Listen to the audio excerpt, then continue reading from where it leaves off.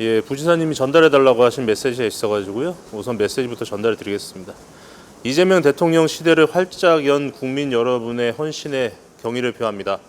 새로운 세상에서는 정치 경쟁자를 제거하기 위해서 악질 검찰을 동원하는 일이 없었으면 좋겠습니다. 무차별적 압수수색, 먼지 털기식 주변인 수사, 별건에 별건을 더한 무차별 기소, 협박과 회유를 통한 조작, 이 과정에서 만들어진 조작된 증거를 유죄의 근거로 삼는 법원도 개혁되어야 합니다. 대북 송금 조작 사건의 진실을 밝히면 정치검찰의 무도한 행각이 낱낱이 밝혀질 것입니다. 국민 여러분, 검찰 개혁에 힘을 모아 주십시오. 예, 부지사님이 전달해달라고 하신 말씀이고요. 오늘 재판 결과에 대해서 간략하게 좀 말씀드리겠습니다. 우선은 부지사님 이화영 부지사가 구속된 게 22년 9월입니다. 22년 9월에 구속되셔가지고 지금 25년 6월이니까 한 3개월 모자라는 3년 동안 구속돼 계셨고요. 그러니까 거의 3년 만에 이제서야 기결수가 된 겁니다. 그리고 3년 가까운 시간 동안 계속 구속 상태였고 구속 상태에서 재판 받으셨습니다. 저는 기본적으로 3년 가까이 진행된 재판을 하는 동안 보석조차 허용되지 않고 구속 상태에서 재판을 진행했다는 것 자체가 불합리한 재판이라고 생각합니다.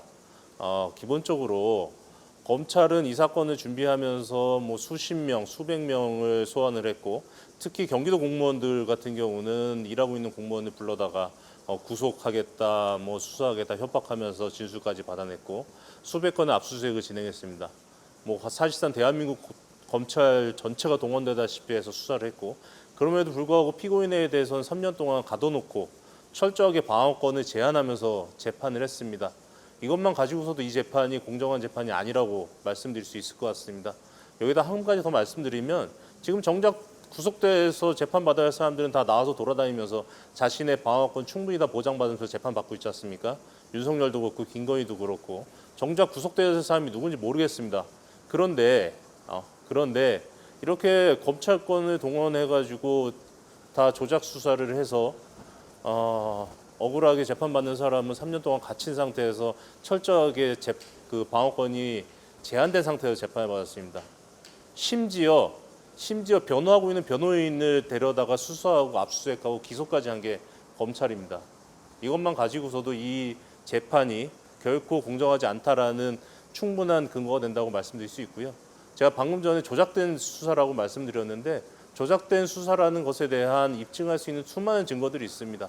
이에 대해서는 저희가 차근차근 관련된 증거들 공개하고 거기에 대한 그 주장을 하도록 하겠습니다. 예, 여기까지 하겠습니다. 변호사님 네. 최종적으로 선고 기각이 돼서 네. 이제 확정이 됐잖아요. 네네.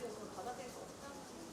그러니까 지금까지 대한민국에서 대부분의 피고인이나 법조인의 문법으로는 대법원의 판결이 나오면 아쉽지만 받아줄 수밖에 없다, 인정하겠다 이런 식의 문법이 대한민국에 통용되는 문법이었고 저희도 사실상 그런 문법을 존중하려고 했습니다. 하지만 도저히 받아줄 수 없는 상황입니다. 제가 받아줄 수 없는 이유에 대해서 딱 한 가지만 말씀드렸지 않습니까? 변론권이 침해됐다. 명확한 부분이고요. 그리고 최근 들어서 대법원이 공정하지 않다라는 것은 전 국민이 알게 되지 않습니까? 대법원이 대놓고 정치 공작에 들어선 여러 가지 정황도 나왔고요. 그리고 특히나 지금 이재명 정부가 새롭게 출범하는 과정에서 이재명 정부의 출범을 환영하고 기뻐해야 되겠지만 이 사건은 이재명 정부의 출범과 떼어놓고 얘기할 수 없는 사건입니다. 간단하게 말씀드리면 이재명을 죽이기 위해서 이화영을 죽인 겁니다. 이게 이 사건의 본질이고요. 그렇기 때문에 사실상 국민은 지금 이재명 정부를 선택했지 않습니까? 이것만 가지고서도 오늘 대법원 사건을 인정할 수 없다라고 말씀드릴 수밖에 없고요. 계속 반복해서 말씀드리지만 명확하게 이 사건이 조작되었다라는 것은 저희가 추후 오랜 시간 걸리지 않을 것 같습니다.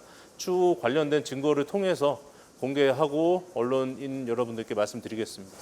추가로 지금 이재명 대통령에 대한 수원지법 1심 지금 그 재판도 지금 진행이 되고 있잖아요. 네네. 그 부분에 대해서도 말씀 좀 부탁드리겠습니다. 그 부분은 기소 자체가 문제가 있습니다. 기소 자체가 불법이고요. 무슨 말씀을 드리는 거냐면 오늘 선고한 대북 송금 사건과 사실관계 완전히 동일합니다. 그렇다고 하면 이재명을 기소하고 싶었으면 사실상 22년 9월 이화영을 구속할 때 이재명도 같이 기소했어야 맞는 사건입니다. 그런데 이화영 먼저 기소해놓고 이화영을 계속해서 반복하지만 구속 상태에서 3년 가까이 사건을 끌으면서 결국은 이 사건을 대법원까지 보내놓고 나서 뒤늦게서야 이재명을 공범으로 새롭게 기소했습니다. 이거는 기소 자체가 악의적인 분리 기소고 악의적인 지연 기소인 것입니다. 이것 자체만으로 사실 공소기각돼야 된다라고 생각을 하고요. 그 안에 있는 세부 내용들에 대해서는 여태까지 뭐 언론을 통해서 많이 얘기했고 좀 전에도 말씀드렸듯이 명백하게 조작된 수사이다라는 부분 다시 한번 강조드리고 싶습니다. 또 궁금한 게 그러면은 지금 이재명 대통령께서도 그러면 그때 당시 도지사 시절 때 이 내용들을 알고 계셨냐 이 부분에 대한 부분인데요. 그 부분 좀 어떻게? 그러니까 이화영 부지사와 저희 변호인 입장은 일단 그 사실관계 자체를 부인합니다.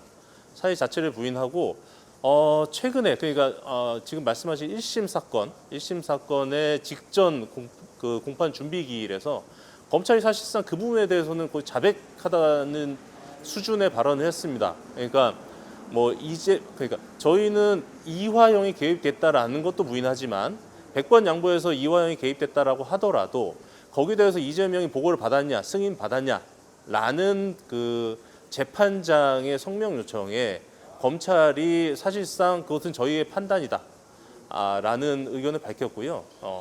그러니까 그 사건은 지금 1심 사건 같은 경우는 검찰이 자신들의 판단만으로 이재명을 기소한 사건이기 때문에요. 이거는 명백하게 정치적 기소고 정치적 재판이라고 판단합니다.